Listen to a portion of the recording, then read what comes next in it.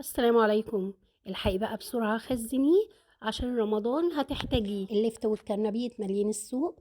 الخضار شكله مغري جدا ان انتي تعملي منه احلى مخلل. تعالي هنعمله مع بعض النهاردة. احلى مخلل بطعم ونفس لون وطعم اللي بناكله او بنشتريه من بره. انا جبت لفت غسلته كويس جدا، قطعته لدواير كده، وبعدين قطعته لصوابع. اهم حاجة ما تعمليش صوابع رفيعة عشان ما يتهريش منك. جبت كل الكمية اللي معايا، حطيت عليها 3 معالق كبيرة من الملح وركنتهم.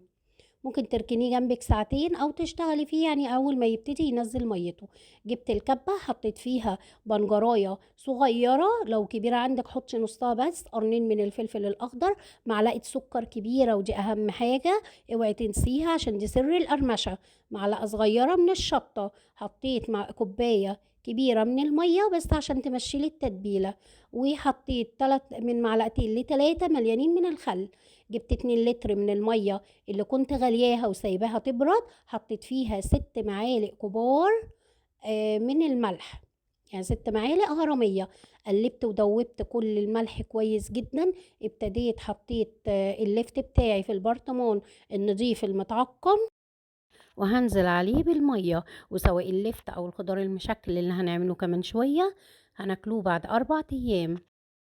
انا هنا معايا يعني ده كرنبيط كان باقي مع عندي.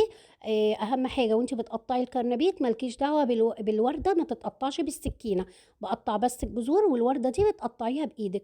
قطعت بقى كل الخضار زي ما انت شايفه. كان معايا خيار وجزر قطعته صوابع. اهم حاجه في الفلفل، في اي مخلل فلفل لازم تفتحيه فتحه كده بالسكينه عشان الملح يدخل جواه، وعشان الفلفل ما يتهراش ويبوظ معاكي بسرعه. ابتديت مليته كله في البرطمان زي ما انت شايفة كده، وهنزل عليه بالمية بنفس يعني بنفس الخلطة اللي عملتها لللفت. لو انت بقى عايزة الخضار ده تكليف نفس اليوم يبقى مخلل سريع، يبقى هتغلي المية وهي بتغلي تحطي فيها الكرنبيط ياخد غلوة واحدة بس، وبعدين تنزلي بباقي الخضار على المية وهي بتغلي، وتسيبيه ساعتين 3 هتاكلي منه. هنا بقى اللفت اللي بحب ان هو يقعد معايا فتره طويله هعمله صحيح زي ما هو. حطيت في الكبه معلقه كبيره من هريسه الشطه، نص بنجرايه، حطيت معلقتين كبار من السكر، واوعي تنسيهم دي سر القرمشه زي ما قلنا. حطيت 6 معالق كبار من الملح وحبه ميه بس يمشوا الخلطه ديت في الكبه بس. ده على 2 لتر من المية، يبقى على 2 لتر من المية حطيت 6 معالق من الملح ومعلقتين من السكر، معلقة كبيرة من هريسة الشطة،